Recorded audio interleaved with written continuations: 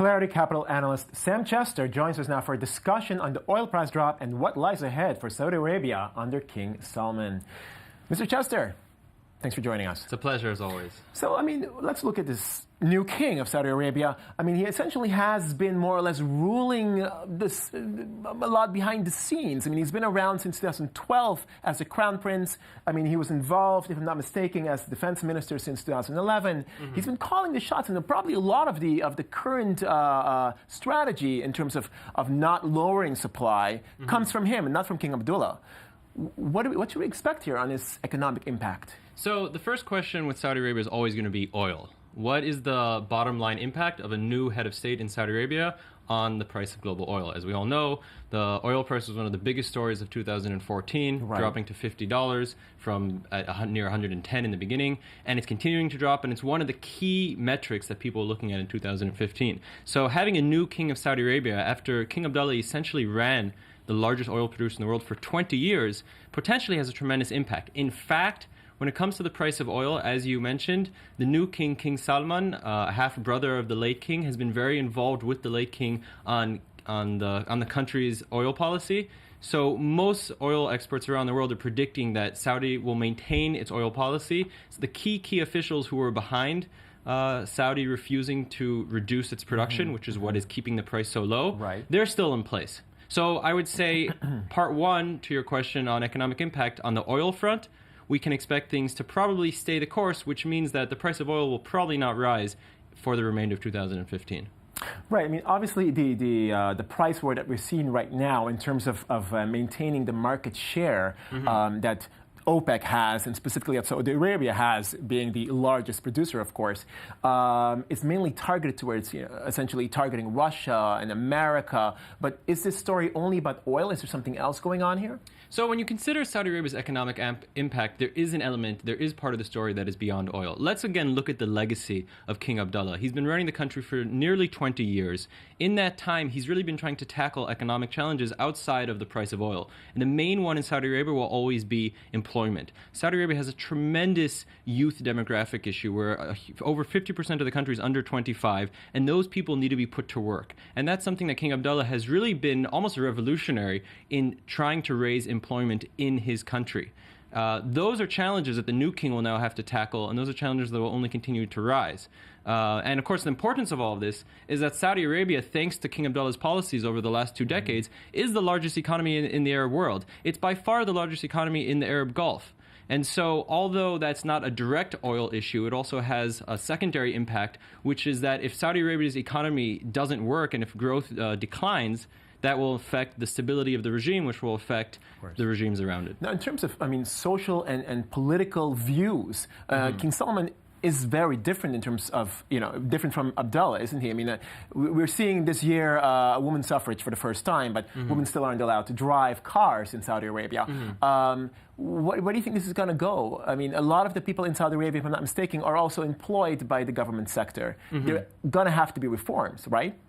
So I think what you're pointing at really brings into the fore, which is the real question, which is transition in the Arab world. Let's look back at the Arab Spring. The Arab Spring, in some sense, was set off by different Arab countries looking to transition to a next generation of leadership. Egypt being the best example. Everyone knew Mubarak was getting old and was about to die. Who would replace him? Egypt didn't have an answer. In Saudi Arabia, the answer has always been that one of the sons of the founder of Saudi Arabia will always be the king. That's worked for about 60 years. The problem is that the new king, King Salman, is over 85 years old. His crown prince is over 80 years old. Right. What's going to happen within the next 5 years, and perhaps even within the next year, is that the next generation of Saudi Arabian princes is going to have to come to the fore and run the country. These are people in their 40s and 50s. Who exactly will emerge? It's unclear. And that is when the big question will arise. All right, Mr. Chester, we're going to continue our conversation after the following report.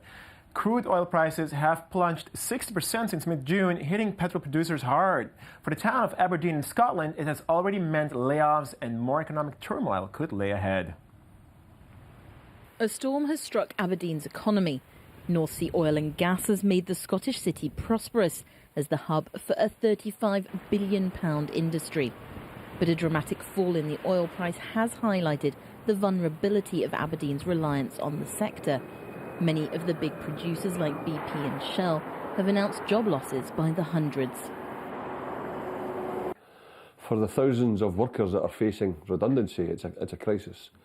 It's a lifetime crisis for them. So it means a lot of redundancy, a lot of workers having long-standing terms and conditions changed, which will see longer shift patterns, longer hours, less benefits. Benefits are cut. There are also cutbacks on contractors and services provided by the hundreds of companies that are set up in Aberdeen. Energy and related industries provide over half the jobs in the city. It's benefited from unemployment rates of only 2% and wages that are almost 50% higher than the national average.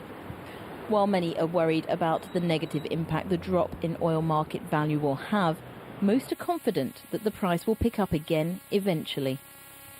It's happened before and it's happened again, you know, so we've just got to go with it and hope it picks up.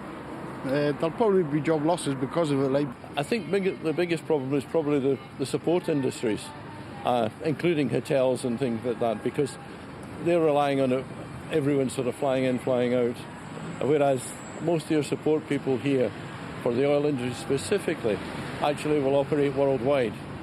So there is an element of spreading the pain. Politicians in both Holyrood and Westminster are promising action like easing the tax burden on the industry to help cope with sliding prices. And certainly I think there needs to be action sooner rather than later, but I want to make sure that they get it right and it's not just a knee-jerk reaction to the present crisis, because what we want is a stable environment that will allow the industry to operate effectively for themselves, but also make sure they're still contributing to the UK economy in the form of taxation, whether the oil price is $50 a barrel or $100 a barrel. If prices stay down, the North Sea's ageing fields will be far less lucrative to develop, meaning the end of Aberdeen's black gold bonanza. Okay. So, Sam, obviously, we're still looking at a situation here where Saudi Arabia wants to control the market, wants to control the prices. On the one hand, you have Russia, which has been pretty much controlled with the ruble, sagging completely. And on the other hand, America, which is a little less controlled. It's not entirely clear where it's going to go. If the Congress comes in and loosens export limitations and such, it could be very bad for Saudi Arabia. Where do you see all of this going? In terms of the global price of oil, I think there's really a double-edged sword here, which is economists are saying that in 2015, if the price of oil stays at about $50, $60, it's essentially going to be giving $500 to every single American consumer because of the cheaper price of gasoline. That's great. But then we have to remember all the other impacts. When gas is so cheap, there's much less of an investment and an inducement to use alternative oils that are better for the environment, that are better for the economy as a whole, that are fundamental policies that many Western economies are trying to focus on. So that's the other element. Taking it back to Saudi Arabia, though, right. I would just add that as someone who has worked in Saudi Arabia extensively in the past, the impact that the new king will have is going to be so important because ultimately Saudi Arabia will rise or fall on how effectively the people running the country really build the private sector there. Until now, with all that King Abdullah has tried to do in the last 2 decades, it's not working. Okay. Well, Sam Chester, analyst at Clarity Capital, thanks so much for joining us. It's always a pleasure, Benjamin. And that takes us to the end of this Economy Magazine, your daily source for economic and financial reports at I-24 News. I'm Benjamin Chongla-Faris. Follow us again next week for more on the economy and, of course, the sagging oil prices. Thank you very much.